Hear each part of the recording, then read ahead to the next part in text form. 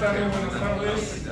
Vamos a empezar la última actividad del día en esta sala, en este auditorio, y tenemos un panel sobre mapeos amazónicos. Tenemos la participación de experiencias desde Bolivia, desde Ecuador y por supuesto desde Colombia, por partida doble. Entonces,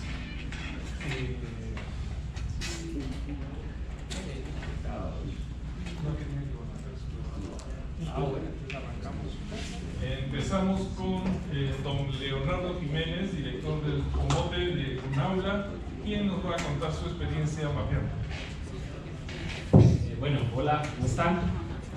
Bueno, en realidad creo que este diálogo, esta experiencia, creo que lo más bonito es que es un diálogo de una colaboración compartida que hemos tenido entre COP y la Universidad Autónoma Latinoamericana a través del Centro de Estudios, y de hecho una colaboración bien interesante entre el compañero Juan Melo, que está ahí poniendo las visuales, y yo, en el marco del proyecto que estamos realizando con el apoyo del Instituto Panamericano de Investigación sobre el Cambio Global, la investigación Mapeos Participativos para una Amazonía Sostenible, que es un proyecto que se está haciendo, digamos, como una especie de estudio comparado, utilizando las herramientas libres en Bolivia, en Guatemala y en Colombia.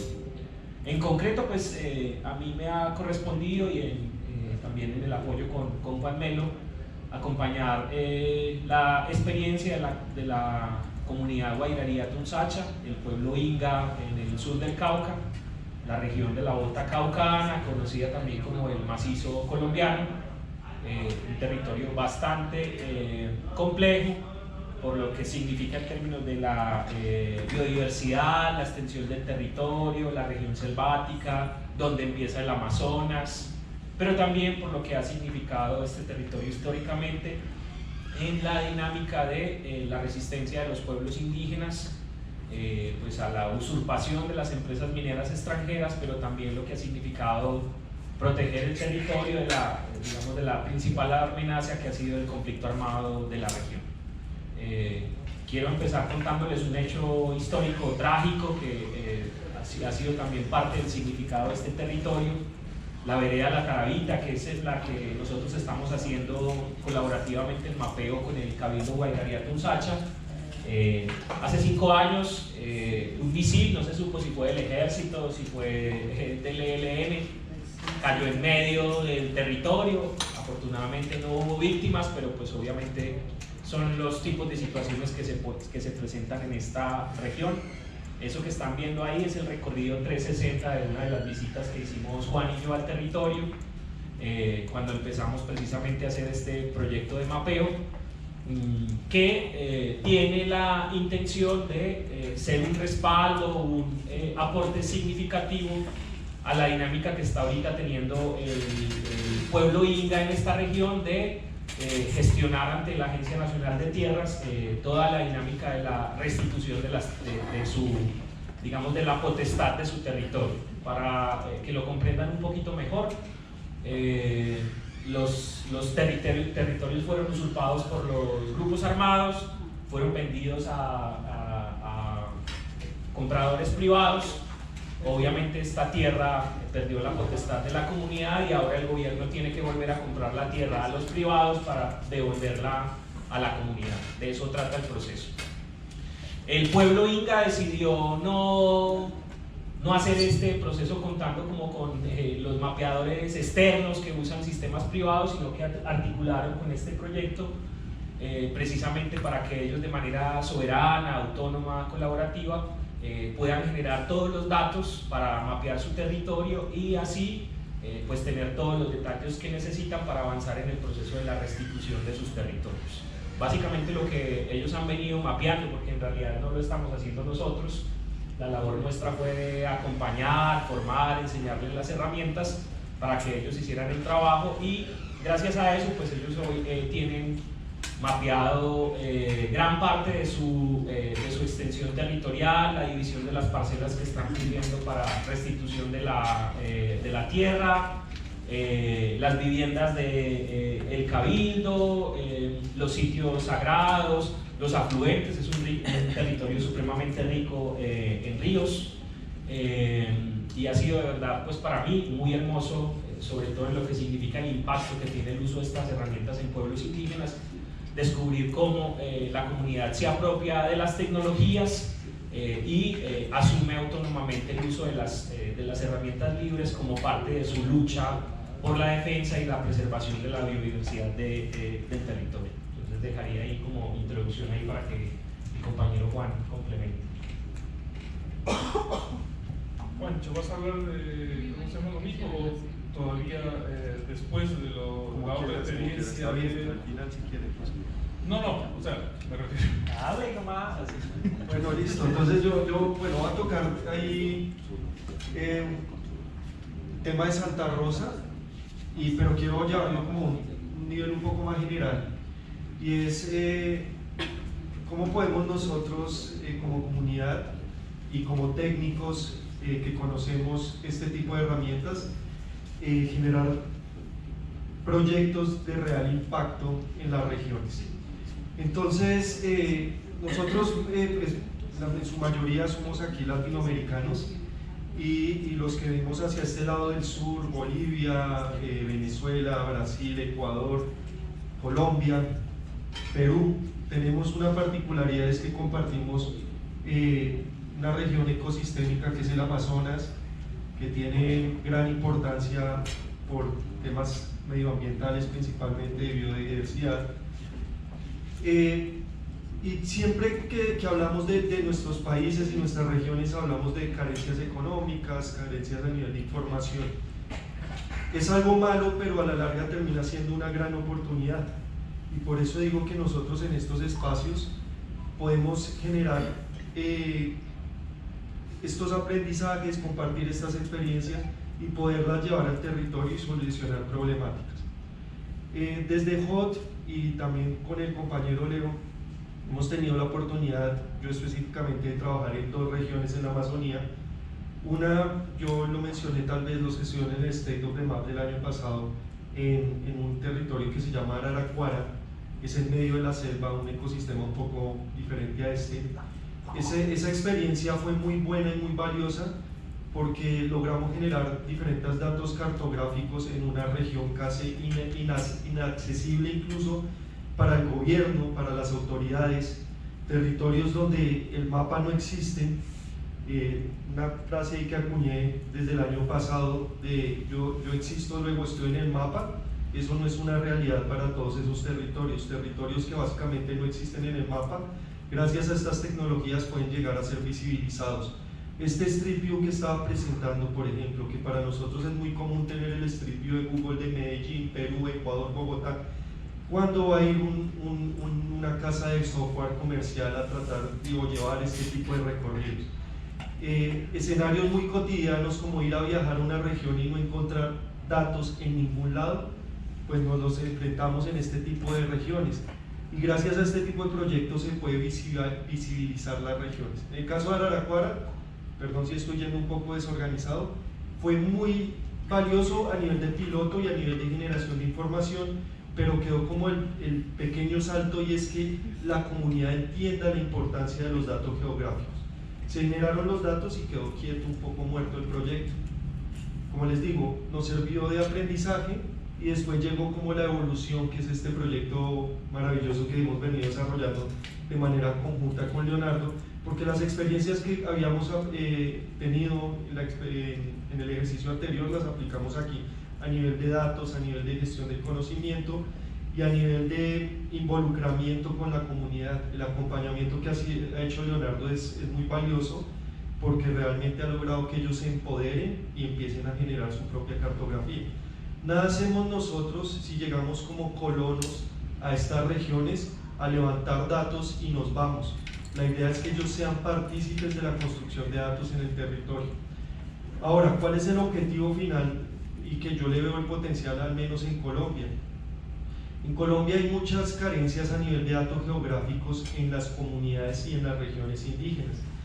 Contarles muy general, la única capa de información geográfica que existe oficialmente en Colombia es el polígono que delimita los resguardos, el único que existe oficialmente en Colombia.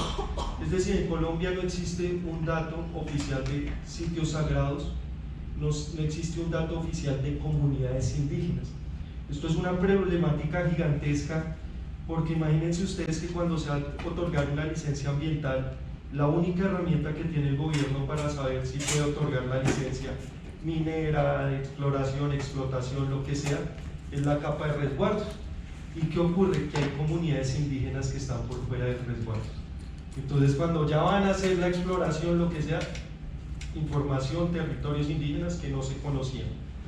Entonces, como yo les digo, esto es un potencial. En Colombia adicionalmente se está otorgando cierta autonomía, y en ese proceso están los INGAS, y es que el gobierno les está dando como la oficialidad de su territorio, pero también les está diciendo: ustedes son dueños de este territorio, tienen que administrarlo.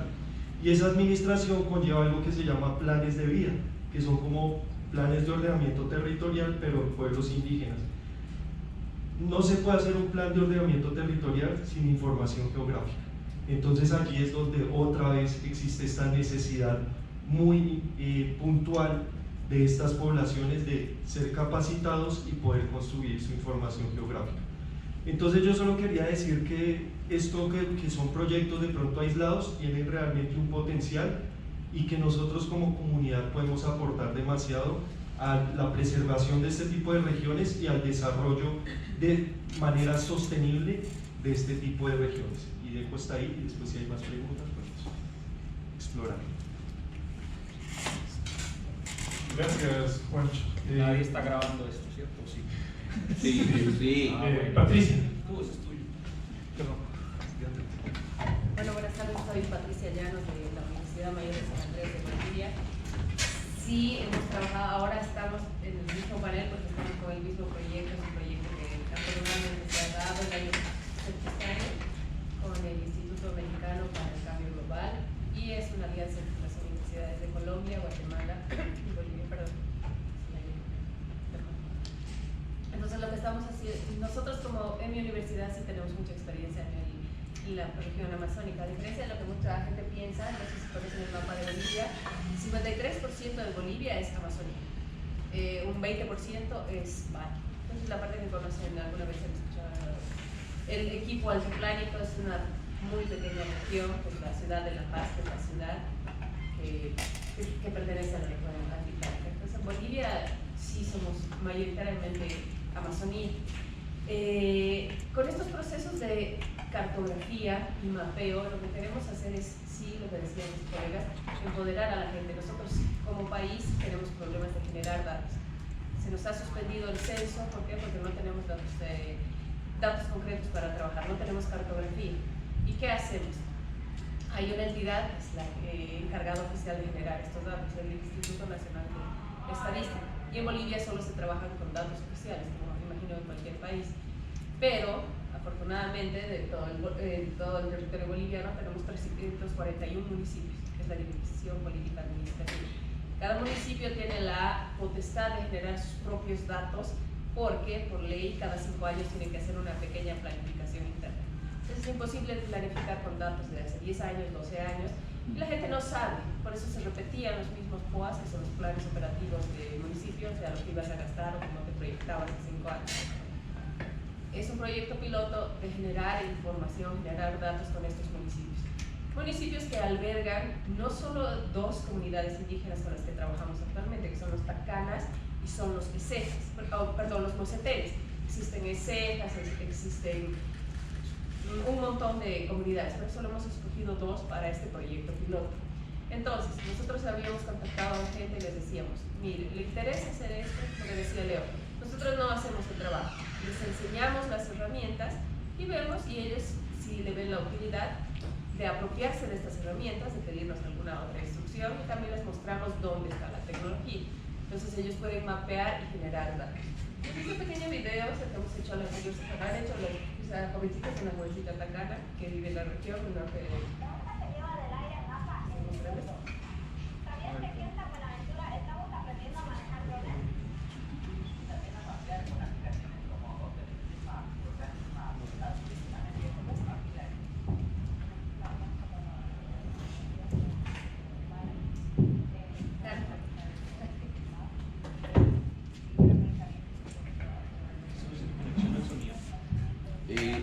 Sí.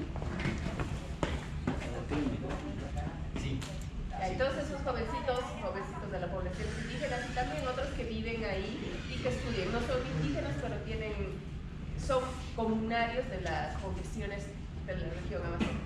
Entonces hemos hecho no solo un taller, hemos hecho varios talleres, también hemos aprovechado los talleres que han hecho los colegas de Colombia para que ellos se beneficien. Que han hecho las comunidades que tienen adultos mayores, tienen personas que no están relacionadas con la tecnología, entonces nos han delegado jóvenes que sí están interesados. Los jóvenes quieren mapear después de la pandemia, ellos conocen lugares, puntos turísticos que piensan que podrían estar en el mapa y que piensan que podrían favorecer, por supuesto que lo harán, a sus comunidades. Quieren poner cosas que no están en el mapa. Ustedes en las ciudades dicen, ¿y cómo no hay esto?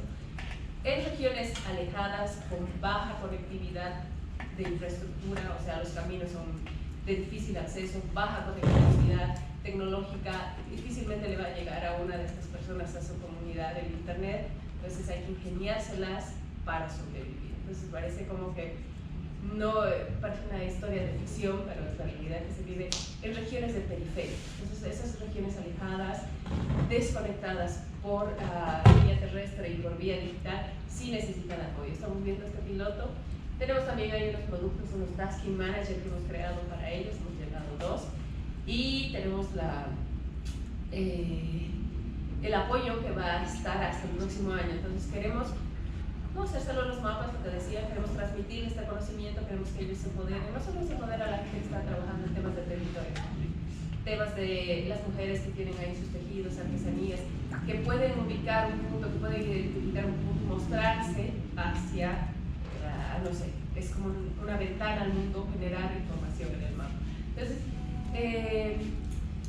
¿qué vas a decir, Carlos? Bueno, eso de manera sucinta lo que estamos haciendo. También les invito a ver estas páginas del Hub Lab, donde subimos la información que estamos generando, hay muchos videos que hemos grabado.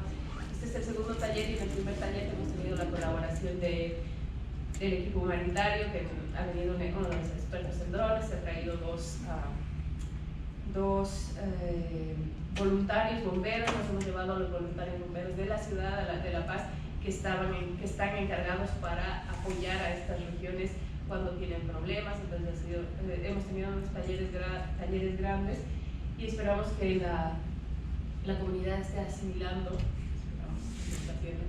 estos conocimientos para que después ellos puedan utilizarlos. No vamos a estar todo el tiempo con ellos, pero si la herramienta y el conocimiento es correcto, se queda acá. Bueno, eso es para resumir de lo que estamos haciendo hoy. ¿Alguna preguntita hasta este momento? Bueno, entonces, por favor, Roberto, tu experiencia y la del Open Lab desde Ecuador. Chévere, muchas gracias.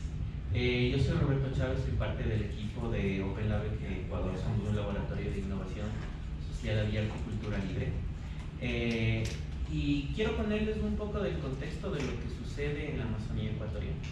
En la Amazonía, primero que todo, está solo el 5% de la población del país. Entonces, es una tierra que tiene 11 pueblos y 14 nacionalidades indígenas. Son 6 provincias que abarcan la mayor cantidad del país y tiene un gran porcentaje, sobre todo del agua y de minería y de petróleo en estos momentos. Desde los años 40 el petróleo ha salido de la Amazonía ecuatoriana, y las ciudades que se han construido en la Amazonía ecuatoriana, que se han ido edificando, han estado pensadas en función de la lógica petrolera, ¿ya? A partir del año 2010 se abrió la segunda ronda petrolera y minera, que daba paso principalmente para que la explotación petrolera se desarrolle en la Amazonía centro-sur, porque la mayoría de la explotación petrolera que teníamos en el país estaba en la zona norte. Entonces empezó una fiebre de licitaciones, pedidos de solicitudes para abrir minas en diferentes lados, pedidos de consulta previa, libre e informada a los pueblos y nacionalidades, y nos dimos cuenta que no había la información suficiente, ni siquiera en los territorios urbanos de estas ciudades. Entonces fue un llamado a la acción de qué está pasando, con qué información se está haciendo esto. Y los permisos ambientales que estaban sacando las empresas petroleras y mineras que tenían concesiones en estos territorios, lo hacían con data absolutamente falsa. Entonces eso quiere decir que colocaban en el territorio sectores en los que existía población indígena, la borraban del mapa. No estamos hablando de los últimos gobiernos de derecha, me estoy refiriendo al gobierno de Rafael Correa, del que hablaban con muchas luces como uno de los gobiernos más progresistas del continente. En medio de eso sucede un caso muy interesante que es el de Yasuní Tete. En el Yasuní, en el Parque Nacional Yasuní, Ecuador tiene dos pueblos en aislamiento voluntario, el pueblo Tagaeri y el pueblo Taromenán. Estos dos pueblos no han tenido contacto con la civilización y la frontera petrolera y minera se estaba acercando cada vez más al territorio de ellos. En el año 2013, el gobierno de Rafael Correa da por terminada la iniciativa Yasuní Tete y empieza a concesionar los campos petroleros en los sectores de Isquingo, Tambocochi y Tiputí. En estos sectores, la expansión, la minería, la explotación petrolera entra con mapas falsos, desplazándola de alguna manera a los pueblos indígenas a otro territorio donde no querían explotar. Entonces nos dimos cuenta que la cosa no estaba bien. Trabajamos un proyecto en conjunto con HOT, con algunas organizaciones, pero nos dimos cuenta que tampoco dentro de los pueblos y de las nacionalidades indígenas le regresaban a ver al mapeo como una herramienta para identificar su territorio. Algunos pueblos sí, sobre todo los quichuas, que han tenido mucho más contacto con acceso a educación y a tecnología, sí, pero en otros territorios ha sido como mucho más difícil de convencer. ¿Y qué ha pasado? Nos hemos dejado acompañar de las universidades. Hay algunas universidades en la Amazonía ecuatoriana muy pequeñitas, con muy poco acceso. Si le puedes dar, por favor, paso a la siguiente, a la quinta, a la sexta, la otra. Entonces nos acomodamos con las universidades. Las universidades fueron nuestro pretexto para empezar a hacer mapeos, ¿ya? Y fue el pretexto para empezar a soltar el bichito, principalmente en estudiantes indígenas, ¿ya? Hablando de los contextos, hablando de la historia, pero también hablando de la importancia del mapeo en estos territorios que son vitales, no por el hecho de que quizás a nosotros nos interese como un espacio turístico o de conocimiento, porque es parte de su hábitat, es parte de su vida y también es parte de su cosmovisión y de su praxis de vida. Entonces, cuando hicimos estos mapeos, estos 5 mapeos, pudimos identificar de que las universidades tampoco tenían datos actualizados sobre cómo se encontraba en esos momentos el territorio. Y ahí nos encontramos con otro cúmulo de problemas. No sé si ustedes conozcan, pero estos últimos años Ecuador está atravesado por una ola de violencia a partir de la creación de bandas criminales y también del narcotráfico. Uno de los espacios que ha utilizado estas bandas criminales ha sido la minería en territorios. Entonces, en el territorio de Napo, donde realizamos el mapeo, el río Napo, que va a desembocar en Perú, está siendo explotado de manera absolutamente irresponsable por mineros ilegales en estos territorios, y el gobierno ecuatoriano no está haciendo absolutamente nada. Y es una de las formas en las que estos grupos organizados para la delincuencia están lavando muchísimo dinero y están extrayendo también como materiales de estos territorios. Y están poniendo en peligro cada vez más a muchos de estos pueblos y nacionalidades indígenas. A lo que quería ir, y con esto quiero cerrar, es que en Ecuador y sobre todo en la Amazonía ecuatoriana estamos en una profunda crisis de información, de datos, de mapeo, y que lo poquito que pudimos hacer nos permitió sobre todo compartir la herramienta, compartir cada uno de estos conocimientos a través de los colegas de Youth Mappers, que fueron sobre todo las compañeras que se hicieron cargo mucho de los procesos de formación a los diferentes actores con los que trabajaron, y que fue el pretexto para articular acciones y para, como les decía en el taller que tuve en la mañana, para empezar a picar el bichito en tomadoras y tomadores de decisiones. Porque si no hacemos como esta movida y esta articulación entre las y los técnicos que tienen como los conocimientos, los dueños del territorio y los que inciden y participan y que demandan sus derechos, y las y los tomadores de decisiones, no vamos a ningún lado. Entonces, el panorama es crítico porque desde hace un año se declaró a las bandas criminales como terroristas, lo que les da ya otro tipo de categoría. Pero estos últimos 6 meses en Ecuador han sido los 6 meses más violentos de la historia. Llevamos casi más de 5.000 muertes en menos de 6 meses, dejándonos como el segundo país más violento del mundo. Entonces, es crítico como esto, pero no descartamos que el ejercicio de seguir mapeando a partir de las universidades sea como la puerta para poder explorar otras formas de construir una ciudadanía más activa y sobre todo fortalecer el tejido social y el tejido comunitario, y algo de lo que hablaban también en la charla anterior, el capital social de las comunidades y de los pueblos y de los líderes y lideresas que esperamos que no sean asesinados más adelante. Eso. Muchas gracias, Roberto. Yo tenía aquí una pregunta, si no hay preguntas del público por ahora, para Juan Melo. ¿Qué desafíos técnicos ves al momento de hacer estos mapeos amazónicos? O sea, ¿qué nos puedes contar? Bueno, en general, al trabajar con comunidades, a pesar de que desde nuestro punto de vista un poco sesgado, consideramos que las herramientas que manejamos son muy sencillas, es posible encontrarse en situaciones donde incluso el manejo de un mouse puede ser algo complicado para algunas comunidades.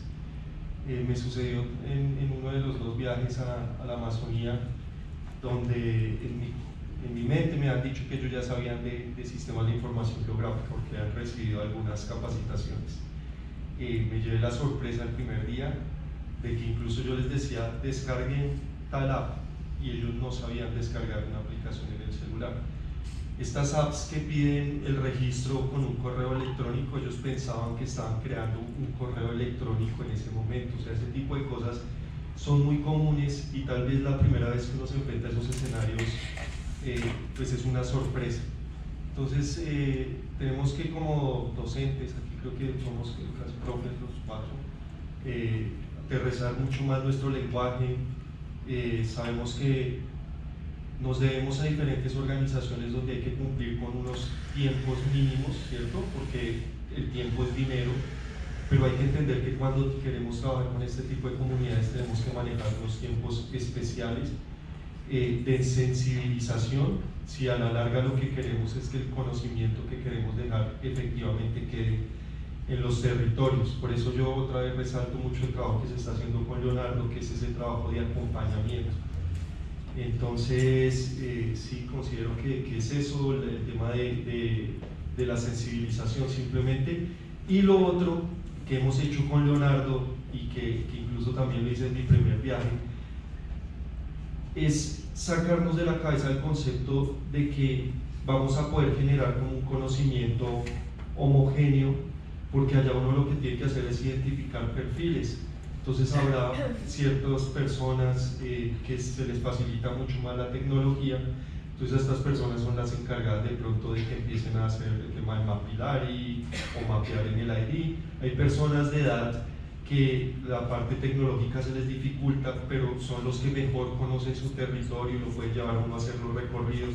Entonces esa también identificación de potenciales es lo que permite que se haga un trabajo al final integrado y que a la larga toda la comunidad sea partícipe del ejercicio. No sé si alguno de mis compañeros quiere agregar algo más.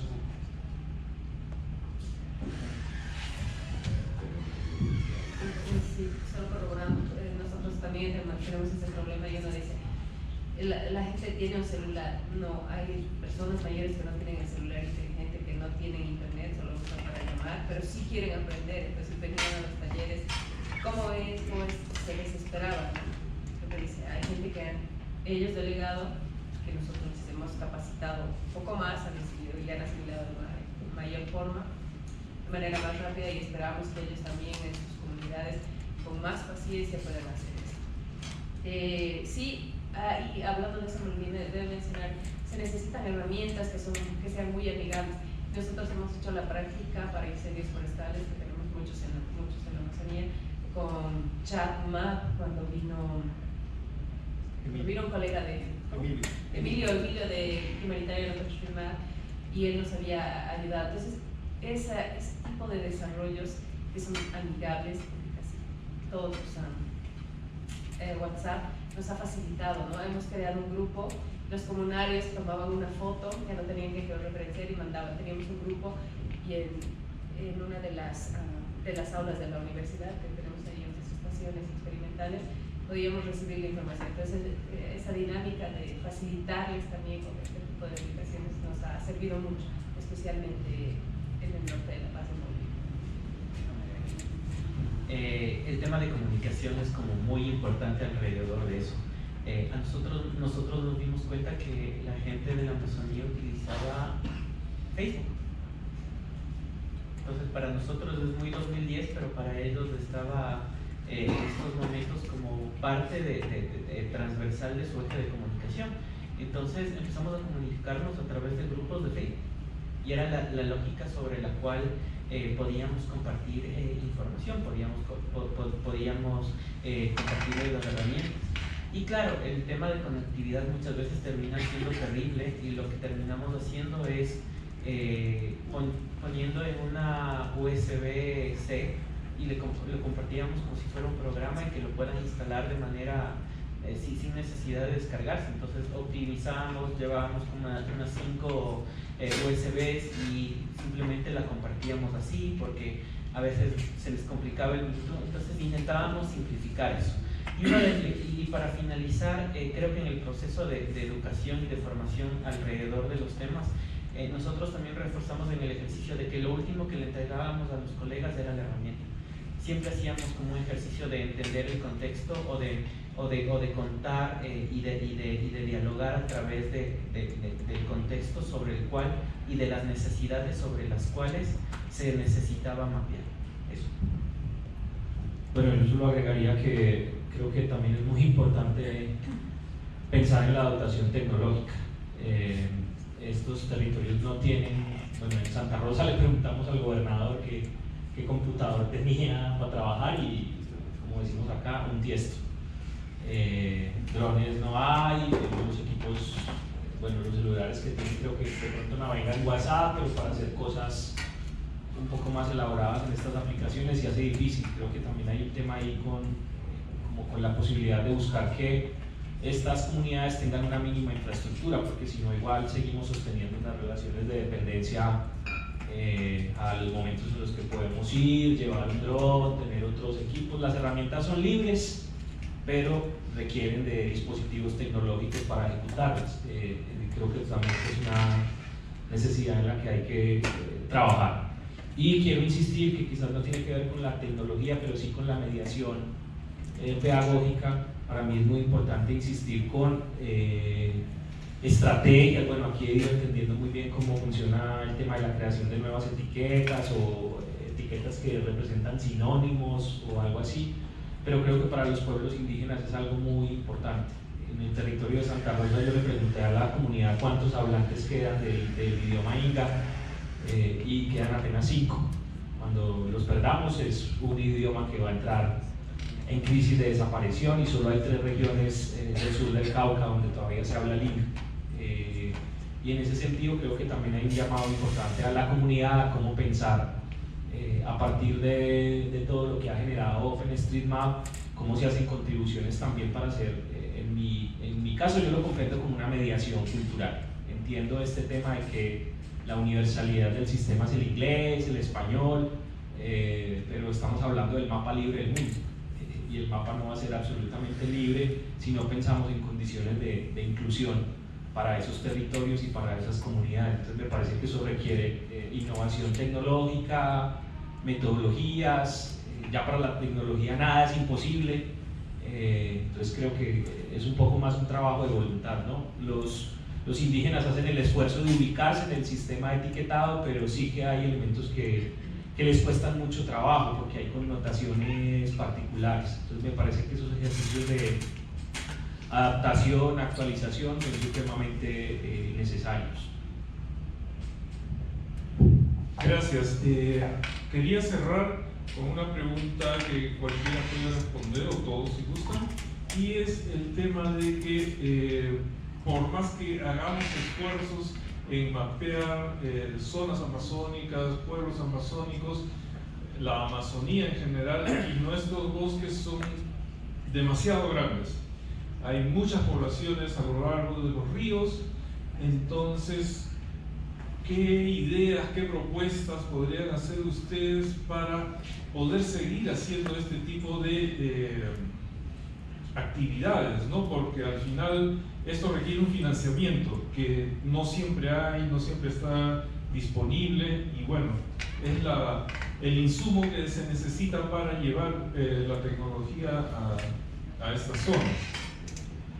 Vamos a tratar de responder rápido porque ya la hora es compleja. Como decía yo, Ya mandando por ahí que el menú, que la geo no sé qué, sí, empiezan a dispersar, los mismos organizadores dispersan.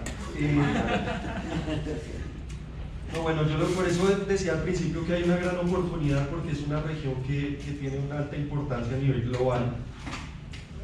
Y lo que puede sonar difícil realmente no lo es tanto desde mi punto de vista porque he visto cómo en los últimos 10 años ha cambiado la percepción de las comunidades indígenas en el sentido de que antes decían yo quiero que mi territorio no se conozca porque si se conoce se vulnera. Ellos, al menos en Colombia, que es de donde puedo hablar un poco más de conocimiento de causa, esa visión ha cambiado. Ahora ellos dicen quiero que mi territorio aparezca en el mapa porque si aparece no hay excusa para que me lo vulneren.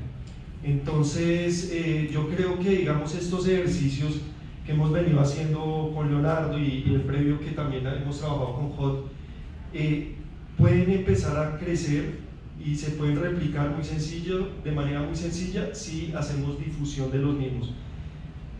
A cada comunidad indígena que le mostramos esto quedan antojados, ellos lo quieren. Existe el financiamiento de entidades o entes externos, pero además de por ser una necesidad de país, a la comunidad quererlo hacer es mucho más fácil que incluso desde de la propia institucionalidad se pueda generar financiamiento para la construcción de datos geográficos en este tipo de territorios. No sé cómo funciona en otras universidades, pero por ejemplo en Bolivia y creo que en todas las universidades latinoamericanas tenemos 3 pilares. La generación de conocimiento, la universidad genera conocimiento, transmite conocimiento, pero tiene otro pilar que es la interacción social. Estos son buenos ejemplos que si se hace comunicación se puede replicar. Nosotros ahora pensando podríamos hablar con las comunidades que estamos trabajando y como ellos se conocen entre comunidades que están tan dispersas y de manera tan lejana, pero alguna vez se encuentran porque tienen sus reuniones entre comunidades, decirles, no sé, pedirles que comenten o hacer algo. alguna campaña de difusión para que ellos también pidan a la universidad a petición o por iniciativa podría llevar el mismo proyecto. Claro, se necesitan fondos a otro lugar. No podemos abarcar todas las comunidades porque son muchas, no somos la única universidad pública, pero sí se hace este tema de difusión y concientización de que las poblaciones indígenas necesitan datos, podría funcionar. Solo quería agregar que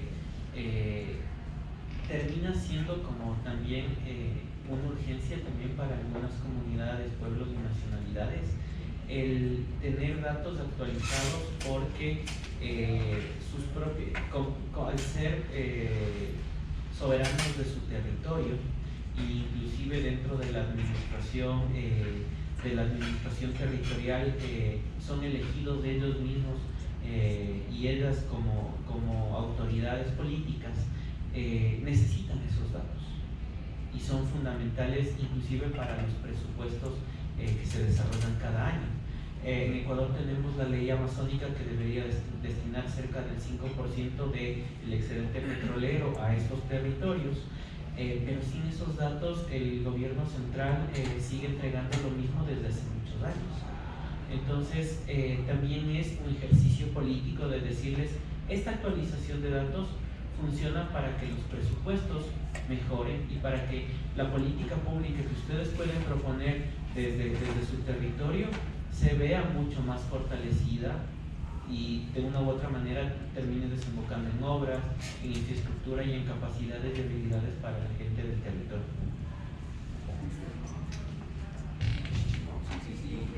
Bueno, una preguntita. Pues bueno, un comentario y una pregunta. Parte de mis otros trabajos de voluntario no me pagan tampoco. Yo hago parte de los consejos territoriales de planeación en Ciudad de Huitama y hice mucho tiempo parte del Consejo Territorial de Planeación de Boyacá, del departamento de Boyacá.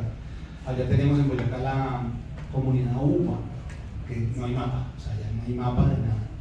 Y siempre he sentido en esta experiencia que, digamos, donde hay alertas rojas, donde uno dice, por allá, no, eso está caliente, es lo que tiene que ver con restitución de tierras, con explotación petrolera. Entonces, pues bueno, admiro mucho este trabajo porque, o sea, yo lo escucho y me da miedo, la verdad. Sí. Y quería preguntarles, ¿han tenido problemas de seguridad? ¿Cómo manejan ese tema? ¿Les pagan suficiente para ir a esos sitios peligrosos? ¿Hay seguro? ¿Tienen seguro? Sí, ese tema es bien delicado y quiero compartirlo con la gracias.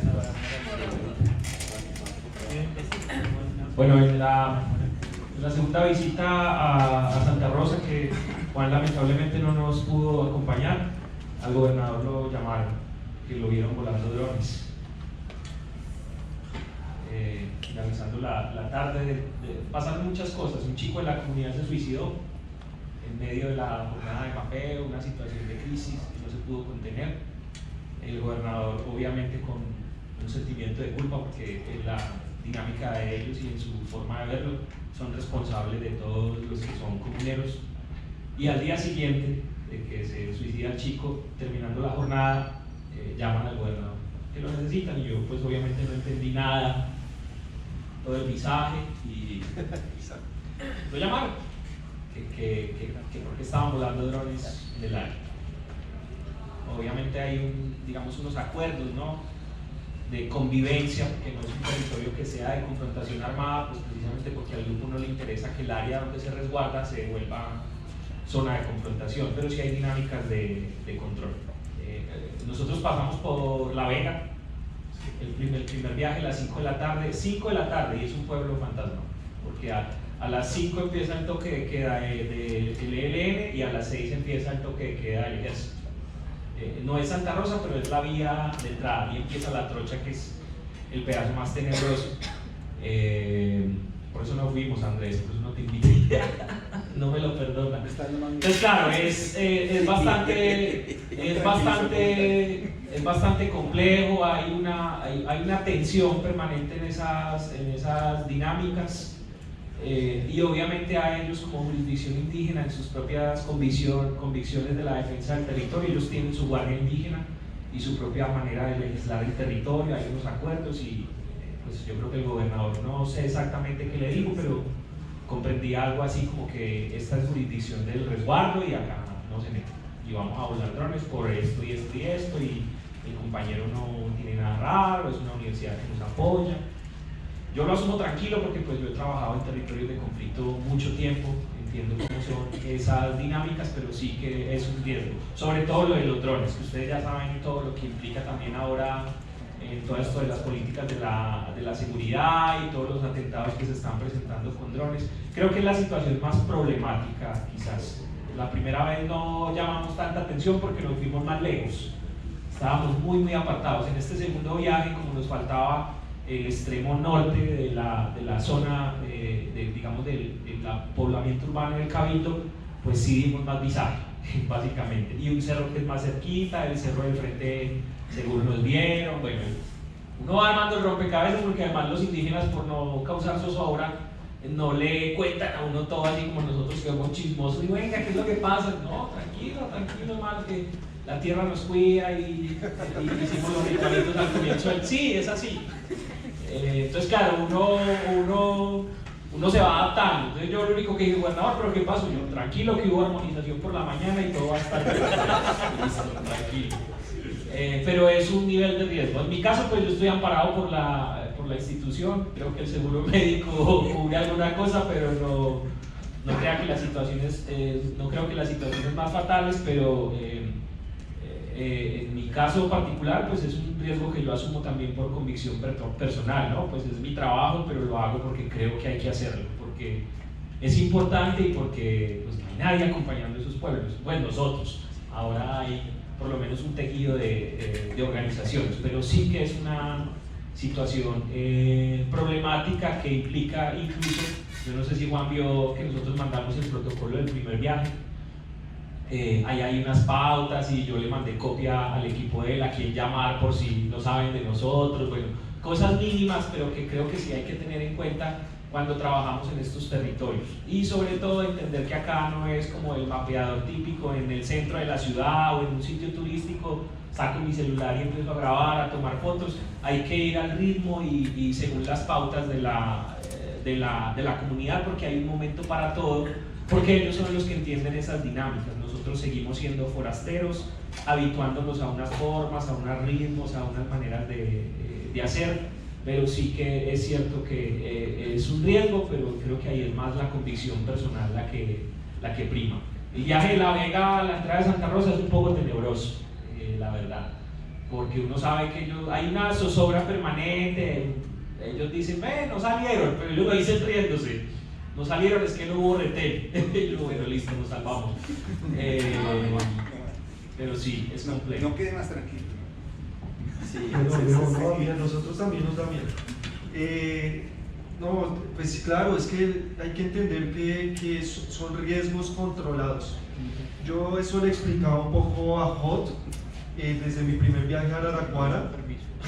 Desde mi primer viaje a Araraquara, pues la organización se preocupa mucho por nuestra seguridad, pero es que particularmente yo creo que en Colombia es muy difícil trabajar con comunidades y pensar que uno en ningún momento va a estar al menos en una mínima situación de riesgo. Entonces, como decía Leo, es un tema de convicción. Yo creo que no mucha gente, o sea, no me quiero dar aquí de que no soy los hombres los más valientes, pero no es fácil, o sea, no es fácil porque se está uno enfrentando a dinámicas sociales complejas, dinámicas tecnológicas complejas, dinámicas ambientales complejas. En Araraquara había un punto donde uno pasaba un río y ahí ya no se podía volar el dron, simplemente. En Araraquara uno no podía tomar cerveza, o sea, no podíamos hacer geoides, solo se podía viernes, sábado y domingo, entre semana no se podía tomar cerveza. Y no eran reglas puestas por el Estado, eran reglas puestas por las autoridades de esos territorios. En Araraquara me encararon un día por la noche un sujeto que yo no conocía, se burló de mi trabajo, se burló de mi profesión, se burló de OpenStreetMap, y en otras situaciones uno puede no irse a la violencia, pero defender técnicamente lo que se está haciendo. En estos territorios hay que quedarse callado y hablar con la autoridad. Fue muy complejo. Allí, que los que no se saben de mi pareja, yo día martes, yo tenía que quedarme hasta un domingo, casi que la llamé llorando, no había forma de volverme, porque en Santa Rosa se puede ir en carro, allá en Araraquara solo hay vuelos cada 8 días, entonces no había forma. Entonces sí es complicado, y pues siempre hay que estar acompañado de alguien local, y como les digo, o sea, es un riesgo controlado, y pues uno sabe a qué va, ¿no? Y si uno quiere trabajar con comunidades, hay que someterse a ese tipo de situaciones.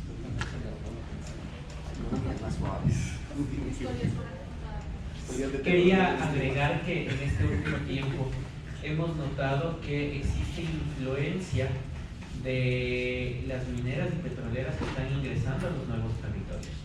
Entonces, creo que el punto de conexión ahí es: hay influencia de las autoridades locales, hay intimidación por algunas, porque les ofrecen presupuestos para ciertas obras, para ciertas actividades en el año, y les condicionan los relacionamientos. Entonces uno quiere como ingresar con buenas intenciones, o contando y explicando el proyecto de manera clara, pero estas intermediaciones limitan este tipo de cosas. Y en algunos territorios donde ha empezado a ingresar minería minería artesanal e ilegal, nos hemos dado cuenta de que están ingresando junto con bandas criminales. Entonces esas son como ya cosas más bravas en las que la gente no se quiere meter. Entonces mandan a veces al funcionario de la última de último rango para que se note menos, o que se vea como mucho más invisible la cosa, porque no se quieren meter por ahí, no quieren tener como impacto, porque hay amenaza directa a su vida. Sí, en Bolivia lo es corto para eso. No tenemos esos problemas de guerrilla, pero sí ahora han ingresado a la minería ilegal. Es difícil el presupuesto, lo que decía Leo. Nosotros tenemos, en la universidad tiene proyectos específicos, mapeo no era una prioridad, pero gracias a este presupuesto estamos llevando a cabo este proyecto. Parte de este proyecto ha sido que podemos enlazar con muestreo de agua contaminada por mercurio por la minería, pero nos han advertido que no podemos ir a mapear, tomar la muestra del mercurio. Lo tienen que hacer los pobladores de una manera muy discreta, porque si no tenemos guerrillas o grupos armados, las compañías mineras tienen su propia gente que los va a defender para seguir en lo mismo.